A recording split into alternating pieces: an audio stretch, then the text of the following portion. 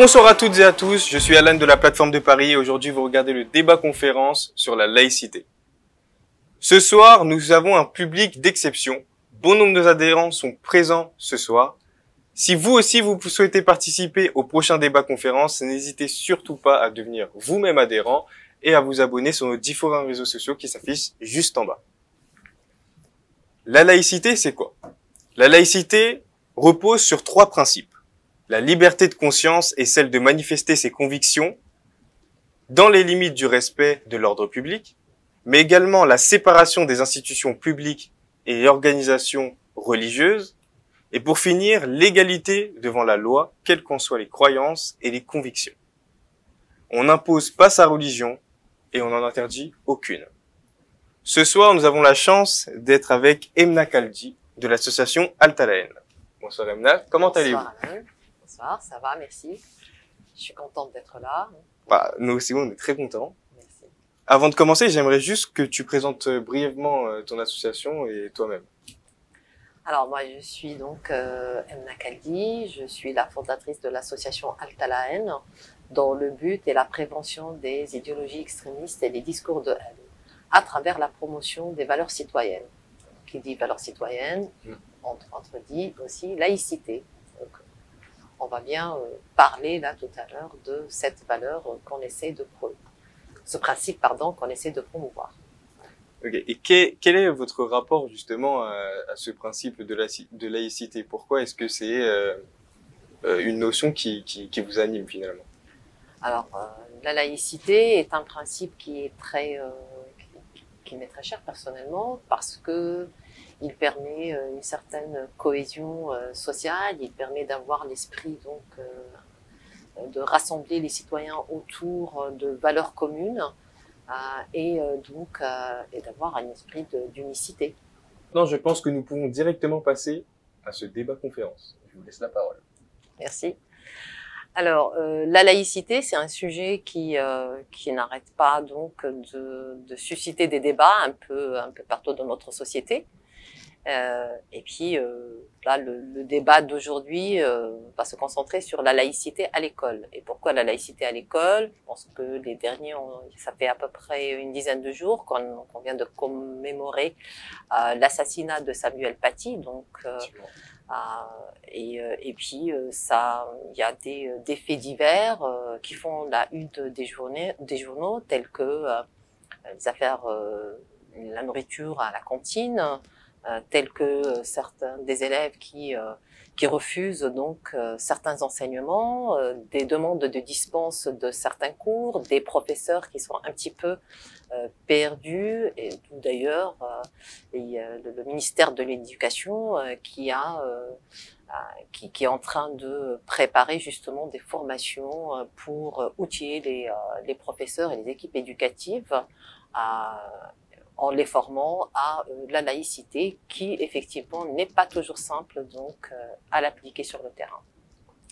Donc voilà pourquoi donc on va commencer peut-être par parler un petit peu de l'école. Je pense que l'école est le premier espace où la laïcité s'exerce par excellence.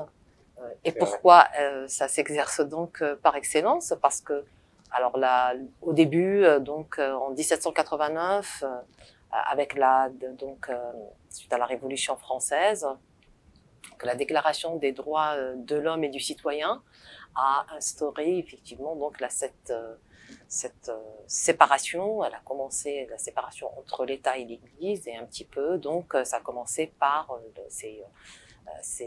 quelque sorte c'est la monarchie qui s'est affranchie du droit divin. Donc, et puis en 1791, on a les protestants et les juifs qui sont devenus donc des citoyens à part entière. Donc, la reconnaissance de la liberté de culte a été reconnue depuis la Révolution. Et puis plus tard, donc il a fallu attendre 1905 pour avoir justement cette laïcité, la loi de 1905 qui reconnaît qui reconnaît la liberté de culte, la liberté de croyance, et en même temps donc qui affirme encore ce principe de séparation de l'Église et de l'État. Sauf que bon, faut se dire que l'école qui a précédé, elle a été laïcisée, on dirait. On parle d'ailleurs de petite séparation quand on parle de la laïcité à l'école. Et c'est avec Jules Ferry, donc en 1881, où donc il a instauré la gratuité de l'école publique et l'obligation justement l'obligation de l'instruction à l'école. Et donc en 1881, il a aussi il a en quelque sorte mis un petit peu toutes les congrégations religieuses en dehors de l'école. Donc on voit bien que ça a précédé la loi de 1905 qui marque la séparation réelle de l'État et de l'Église. Voilà, donc... D'accord, très bien. Bah, là, comme vous venez de nous expliquer, c'est fait depuis 1905 qu'on parle du coup de laïcité. Mais on remarque que la laïcité aujourd'hui, c'est un fait complètement actuel. J'aimerais vous poser cette question. Pourquoi ces débats et pourquoi maintenant? Alors, justement, quand on voit un petit, je pense que pendant 2 siècles à peu près, ce principe, enfin, qui a été inscrit dans la Constitution et dans certains textes de différentes constitutions, que ce soit celle de 46, de 58, donc c'était vraiment un principe qui a fait que il a unifié un petit peu les citoyens autour d'une valeur commune. Et depuis donc je dirais ça a commencé un petit peu on a commencé un petit peu à parler laïcité, à remettre en question ce principe depuis l'affaire donc de Creil en 1989 avec les filles les 2 jeunes filles qui étaient venues voiler à l'école. L'affaire de Creil 1989? Cette affaire n'a pas du tout été médiatisée, ça j'en suis sûr. Les 3 élèves musulmanes refusent de quitter leur foulard islamique à l'intérieur de l'établissement. L'affaire du foulard s'est encore durcie. Octobre 1989. Et puis pour moi, qui suis né en 1999, ça ne me parle pas trop. En octobre 1989, l'exclusion de 3 collégiennes porter le voile dans leur classe suscite les polémiques, parfois sulfureuses, et s'ensuit des vingtaines de débats intellectuels et politiques, et les médias se régalent.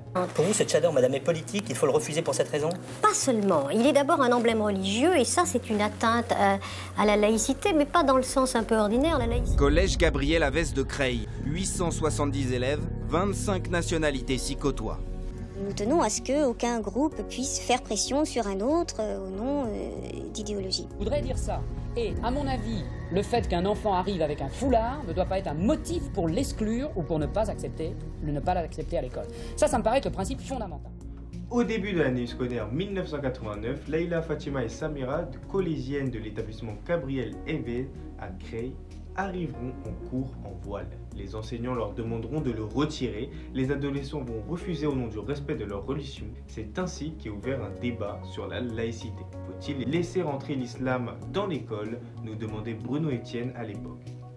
Quelques semaines plus tard, le 27 novembre 1989, le Conseil d'État estime que le port du foulard islamique n'est pas incompatible à nos notions de laïcité.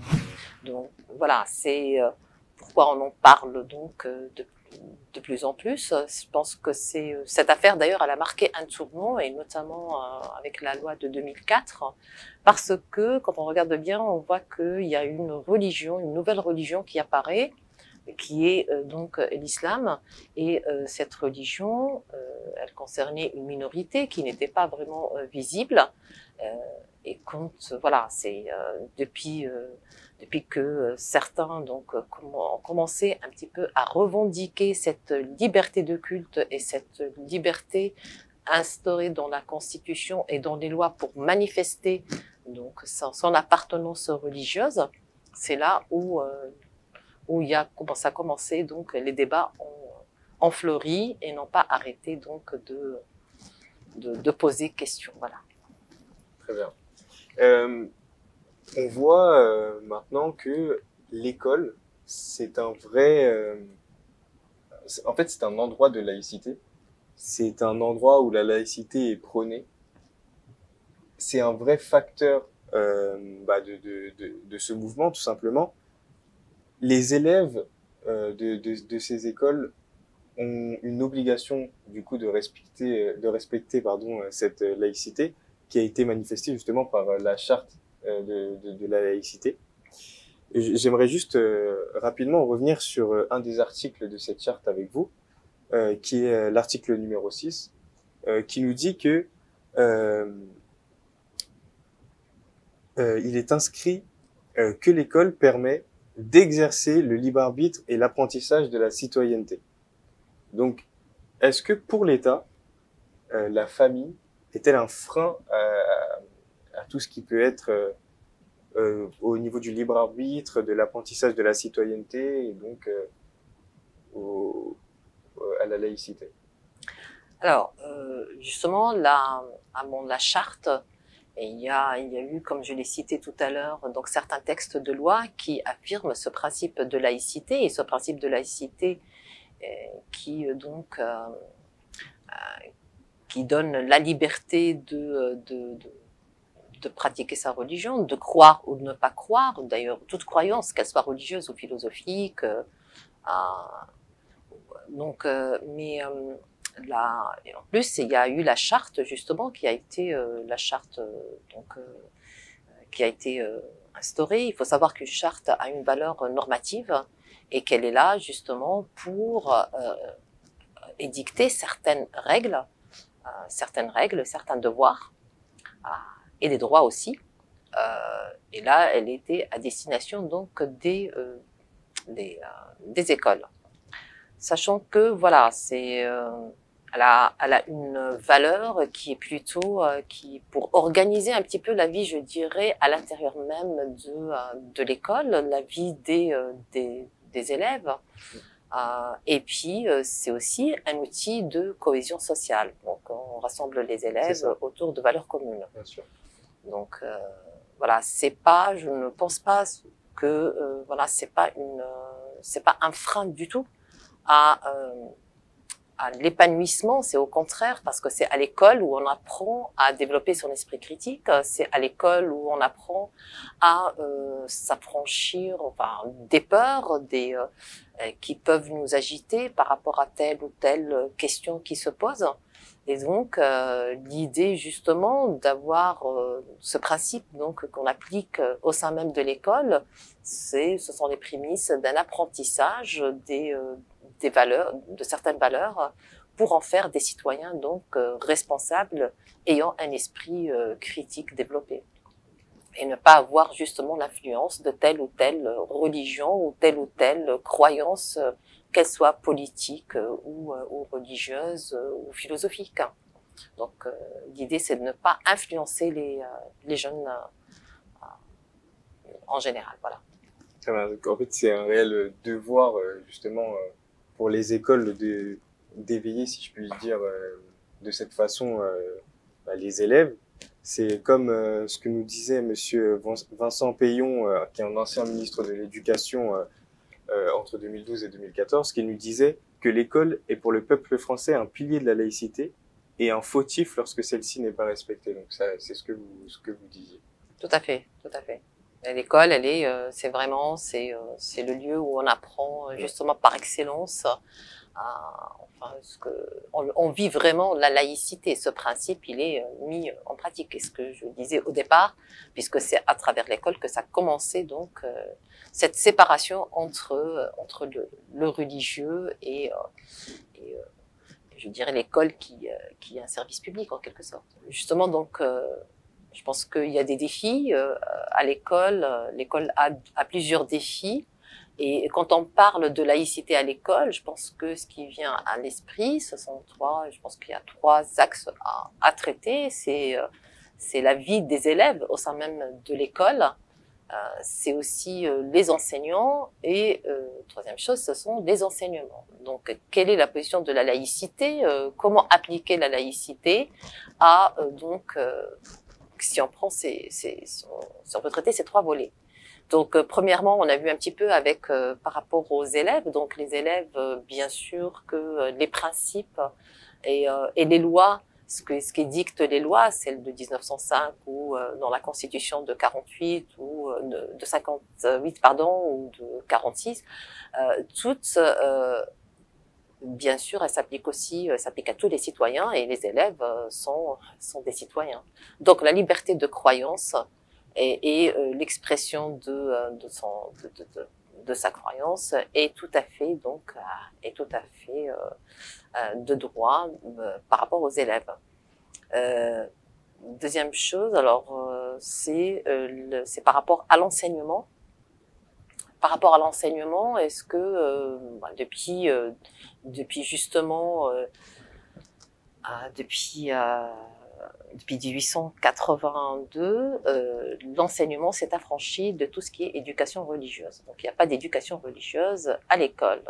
Et cette éducation religieuse, elle est au contraire laissée aux parents. Ce sont eux qui doivent assurer, donc, s'ils le veulent, s'ils le souhaitent, cette éducation.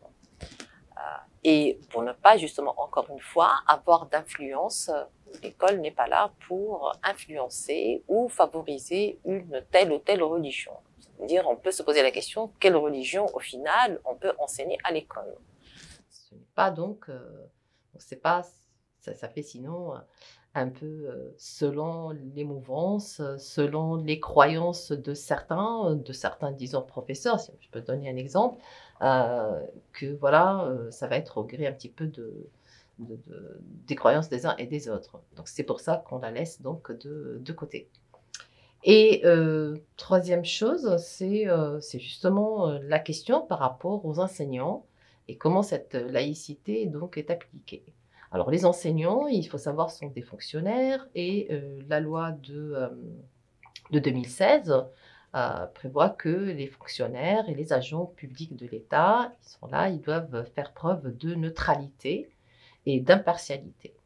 Donc, ils ne sont pas là pour convaincre ou pour faire du prosélytisme, ni même d'ailleurs de manifester leur appartenance, qu'elle soit religieuse ou politique ou philosophique. Encore une fois, pour ne pas justement influencer donc les jeunes. On pense que jusqu'à la majorité, leur esprit critique n'est pas encore développé et qu'ils n'ont pas assez la maturité pour faire un choix. Et Madame Kamdi n'a pas tort. Tout âge porte ses fruits, il faut savoir les cueillir. C'est ce que nous disait Raymond Radiguet dans le bal du comte d'Orguel. De 3 ans à 5 ans, selon les scientifiques, c'est l'âge du jeu et de la liberté. De 6 ans à 12 ans, il devient un grand. L'entrée en primaire lui fait franchir un cap et votre enfant n'est plus un bébé, c'est un grand. Devient de plus en plus autonome et essaye de s'affirmer dans un groupe et peut parfois être influençable. Donc, influencé aussi bien positivement que négativement. De 12 ans à 18 ans, l'adolescent passe par un passage parfois ingrat. Adulte, inexpérimenté, il se cherche et veut s'affirmer dans un groupe. Et il est prêt à tout pour réussir, quitte à ne pas respecter les règles de ses parents. Bien sûr, chaque enfant est unique, et chacun se fait sa propre personnalité. Mais elle a raison, c'est une tranche d'âge où nous sommes les plus influençables. Alors attention. J'aimerais vous parler justement de tout ce qui est la liberté d'expression, puisqu'on sait que la France c'est le pays des droits de l'homme, donc on a la chance d'avoir cette liberté d'expression. La liberté d'expression, où s'arrête-t-elle à l'école? Alors justement, la liberté déjà de croyance et d'exprimer d'exprimer sa croyance, son appartenance à tel ou tel courant ou telle religion, et justement est un droit pour tous les citoyens. À l'école, les élèves, justement, ce que je disais tout à l'heure, ce principe, il y a le principe donc pour les enseignants qui sont les fonctionnaires, donc il y a le principe de ce que je disais d'impartialité et de neutralité notamment, qui s'applique donc, qui s'applique à eux. Mais ce principe de neutralité ne s'applique pas aux élèves. Sauf que, bon, depuis 2004, justement, avec la loi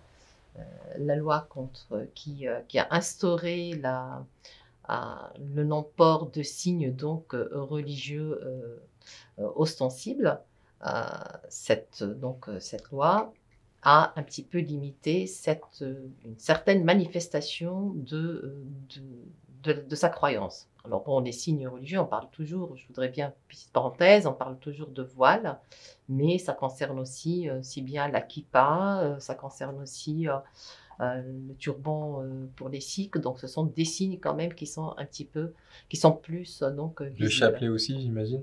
Non, le chapelet, non. Ouais. C'est pas encore, assez, voilà, ça n'a pas été, c'est pas un signe, voilà, c'est... Ok. Ouais. Du coup, super, on va rebondir là-dessus, c'est pourquoi la laïcité semble-t-elle être un problème religieux malgré tous les aspects qu'elle englobe? Alors, juste une petite, parce que ça suit un petit peu par là où on avait commencé, justement, par rapport à votre dernière question. Pourquoi ça pose justement à l'école, il y a des affirmations identitaires depuis quelque temps. Je pense qu'on est dans un monde où un petit peu, il y a pas mal dans un monde où on parle de globalisation, voilà, les gens ils ont l'impression, je pense, de devenir un peu uniformes et que chacun veut affirmer son identité.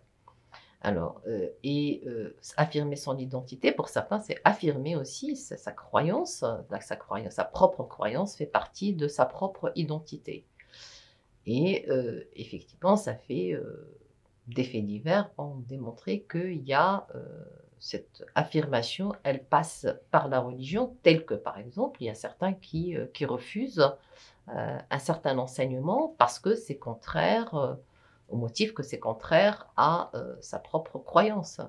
D'autres qui demandent des dispenses, par exemple, de certains cours, tels que les cours d'éducation physique, parce que c'est contraire aux pratiques de telle ou telle religion. Donc on rentre là dans une confrontation entre les libertés individuelles et la croyance religieuse et par rapport à la liberté religieuse. Ce sont ces deux donc notions qui rentrent en conflit. Mais justement, avec tout ça et tous les faits qui ne font que s'accumuler, puisque c'est un fait actuel, est-ce qu'il ne faudrait pas repenser la laïcité finalement? Je ne pense pas qu'il faut repenser la laïcité, mais peut-être qu'il faudrait, les textes sont là, elles sont clairs, il faudrait plutôt informer, sensibiliser et former. Ce sont les trois, je pense, mots d'ordre, je dirais, pour l'éducation nationale. Elle a commencé d'ailleurs il y a commencé une grande campagne qui a débuté fin de cet été, fin août, pour justement sensibiliser sur ce principe. Programme, c'est prévu aussi des formations à la laïcité à destination des équipes éducatives. Je pense qu'il y a il y a de l'ignorance quelque part. Quand je dis ignorance, c'est-à-dire on ne sait pas toujours, on n'est pas d'accord des fois sur la définition, mais les règles sont là, il suffit juste de comprendre et de surtout comprendre comment l'appliquer. Parce que c'est vrai, des fois, ça peut poser question et c'est un petit peu le travail des juristes. Des fois, c'est le travail des tribunaux pour démêler des fois certaines situations. Mais à mon avis, il faudrait montrer que ce principe est vraiment, il a une valeur inestimable parce qu'il rassemble donc tous les citoyens autour d'un socle commun qui est la liberté, ce que vous avez évoqué au début, la liberté, la neutralité et surtout l'égalité pour que chaque citoyen se sente un citoyen à part entière et ne se sente pas discriminé en raison de sa religion, en raison de sa croyance, quelle qu'elle soit. Du coup, je vais vous laisser nous présenter le nouveau tournant de la laïcité depuis 2020. Alors, je pense que justement, pourquoi 2020 est-ce que effectivement, on se pose la question, est-ce que c'est un nouveau tournant? La loi dite de renforcement des valeurs donc républicaines, qui est apparue en août 2021, c'est une loi qui a été justement débattue qui a été débattue au début suite à l'assassinat de Samuel Paty. Parce que, bon, c'était un enseignant, le principe qui s'est, enfin, la question qui s'est posée, qui a fait beaucoup parler, c'est la religion, la place de la religion à l'école, et puis la liberté d'expression, justement, quelles sont les limites ou pas limites de cette liberté d'expression. En l'occurrence là, c'est par rapport à une image satirique qui a été donc présentée. Est-ce qu'on a le droit de critiquer ou pas la religion? Mais bon, ça a donné au final l'événement tragique qui est l'assassinat de Samuel Paty. Alors, pourquoi ce tournant? Donc, cette loi est venue pour, d'une part, lutter contre l'islamisme, donc contre l'extrémisme, et en même temps pour renforcer le principe de laïcité, la neutralité aussi des fonctionnaires, quel comportement donc encore adopter. Je retiendrai deux délits qui ont été donc instaurés par cette loi, c'est le délit d'entrave à l'enseignement.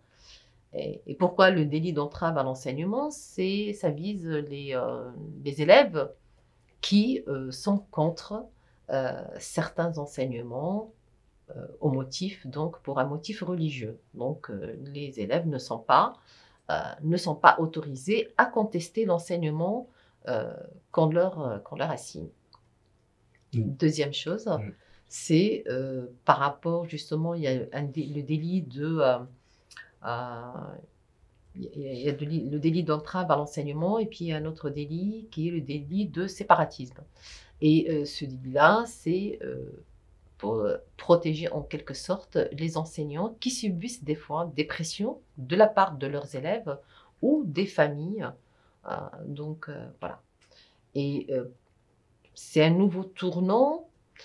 Il y a des principes qui ont été encore renforcés dans cette loi, mais avec certains, voilà, instaurer un délit parce qu'on entrave l'enseignement au nom d'une certaine mouvance ou croyance.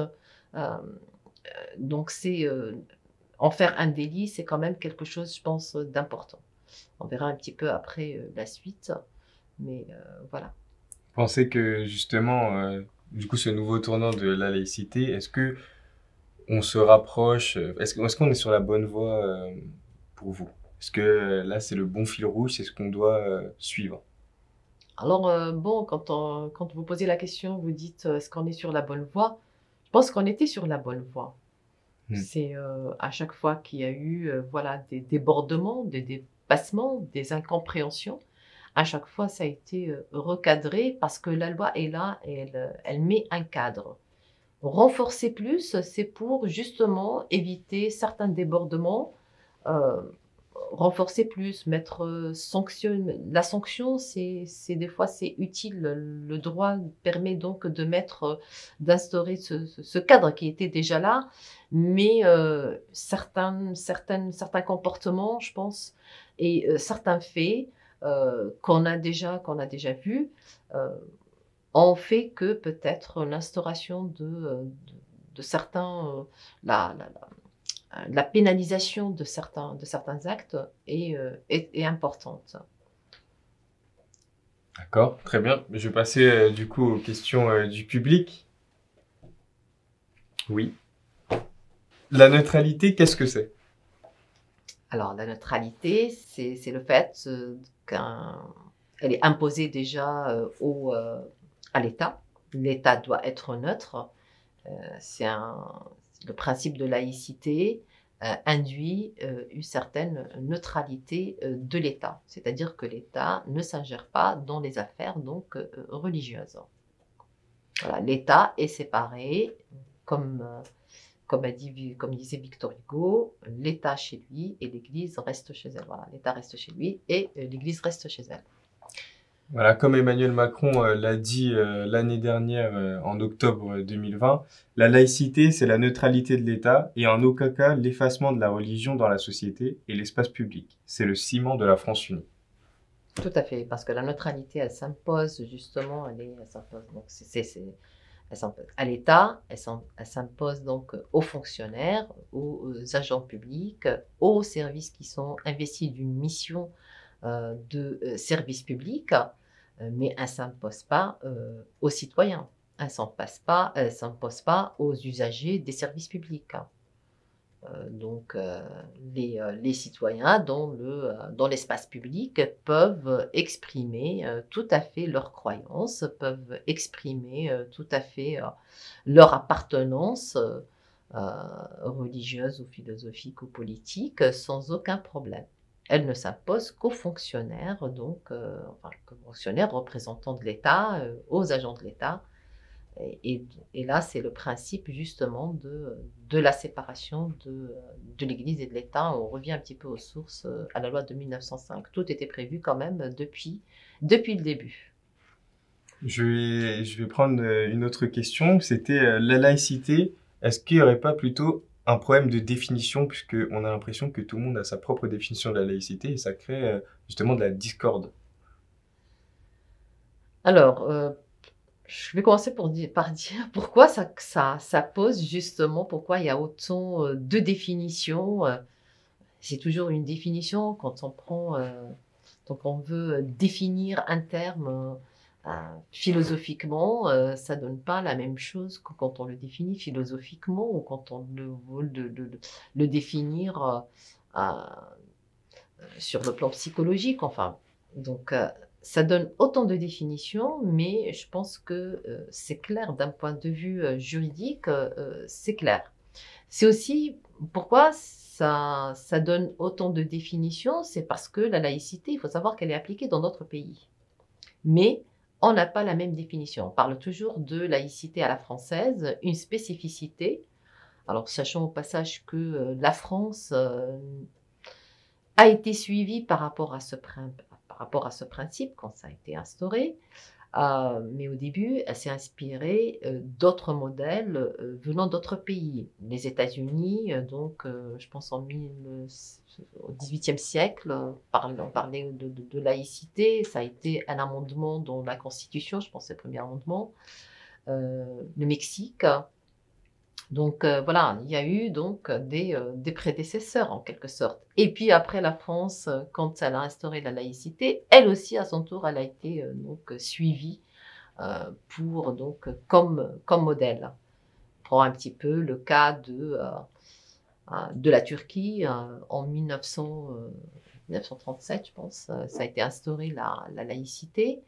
Mais bon, c'était un régime dictateur où l'État mettait un petit peu la main sur les affaires religieuses, elle contrôlait les affaires religieuses. Donc vous voyez, la laïcité elle n'est pas instaurée de la même manière et n'est pas appliquée de la même manière. C'est une conception qui n'est pas la même. Vous avez dans certains pays africains aussi, tels que le Bénin, la Côte d'Ivoire, il y a le principe de laïcité, mais qui est plus utilisé comme un principe politique en quelque sorte. On le met dans la Constitution, mais il n'est pas vraiment appliqué. Et qu'est-ce que ça veut dire application? C'est quand on voit un petit peu ce qui se passe dans certains pays, en Espagne, aux États-Unis ou en Angleterre, puisqu'on n'a pas du tout un peu la même vision de la laïcité. Ce n'est aucunement une critique. Mais je pense que l'idée, pourquoi ça fait débat, cette application qui est vue d'une manière différente d'un pays à un autre, je pense que ça se passe chez nous aussi, puisqu'on regarde la laïcité de notre propre prisme et on essaye toujours de voir un petit peu ce qui se passe dans les autres pays, mais en ayant notre propre définition. Et donc, notre propre définition, on ne peut pas vraiment, la laïcité donc à la française telle qu'elle est appliquée, je pense qu'on ne peut pas la plaquer sur d'autres pays qui ont donc leur propre aussi conception. Ça donne autant de définitions. Vraiment une très très bonne explication, en plus beaucoup de détails, on apprécie. On va parler aussi des mamans accompagnatrices, donc la maman qui était venue accompagner du coup certains élèves qui portaient le voile et qui a été refusée. Et j'aimerais qu'on parle de ça pour que vous nous expliquiez pourquoi et qu'est-ce que vous en pensez justement de ça. Parce que on rappelle que la dame, la mère de cet enfant n'était pas faisait pas partie, n'était pas fonctionnaire. Elle n'était pas fonctionnaire, donc elle venait simplement accompagner les enfants. Pourquoi est-ce que elle a été rejetée? Alors, par rapport justement aux mamans accompagnatrices, on est toujours dans le cadre de l'école. Là, il s'agissait d'une sortie.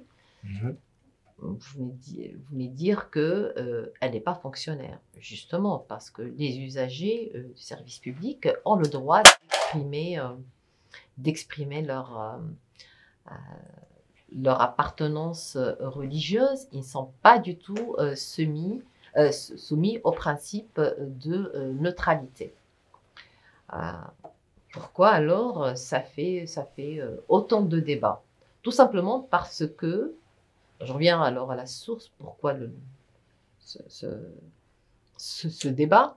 Parce que ce sont des mamans qui accompagnent donc les enfants lors des sorties scolaires. Les sorties scolaires, ça fait partie de l'école. C'est l'école qui organise ça. Et les mamans, elles se portent volontaires, donc bénévolement, pour assurer donc cette mission. Alors, qu'est-ce qu'on fait? Parce que si c'était un professeur, par exemple, parce qu'ils aident les professeurs des écoles à cette mission, les professeurs, ils sont soumis. Pourquoi pas eux?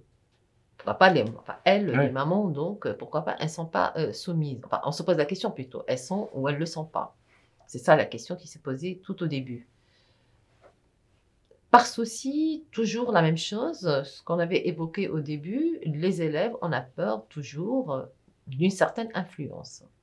Donc, en l'occurrence, les mamans qui portent le voile et qui accompagnent donc les élèves peuvent avoir, les élèves à la vue de signes, donc le voile c'est un signe considéré comme un signe visible d'une appartenance religieuse, peuvent être influencés. Et c'est pour ça donc que le débat s'est posé. Maintenant, ça a été tranché par les tribunaux et on pense qu'il n'y a aucun problème à ce que les mamans, puisqu'elles sont considérées comme des personnes qui sont là pour aider à une certaine mission. Et puis, elles ne sont pas des fonctionnaires, elles ne sont pas investies, parce qu'il faut toujours regarder un peu le principe, investies d'une mission de service public. Elles accompagnent, elles ne sont pas en train de prendre une délégation de la part de l'école, en quelque sorte, pour exercer la mission. Oui. Comment est-ce qu'on fait, du coup, pour le régime alimentaire à la cantine pour les enfants? Comment est-ce qu'on fait? Parce que j'imagine que c'est pas du tout permis, justement, de laisser des enfants ne pas se restaurer à l'heure du midi. Quelles sont les avancées? Est-ce que vous savez ou... Alors, les menus à la cantine, ça fait énormément débat.